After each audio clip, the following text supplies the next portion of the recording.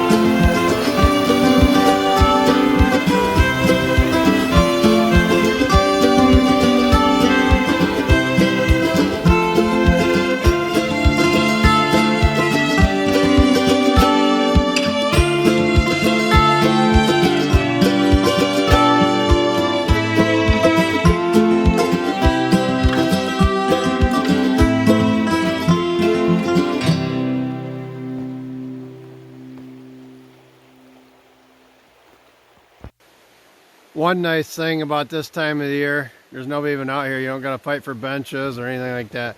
Actually, it's hardly ever that many people out here, but you can walk through here even without snowshoes. Usually it's pretty hard packed, but pretty cool trail to walk back through here. Sometimes you'll see some deer and other things back here, and it's a free walk.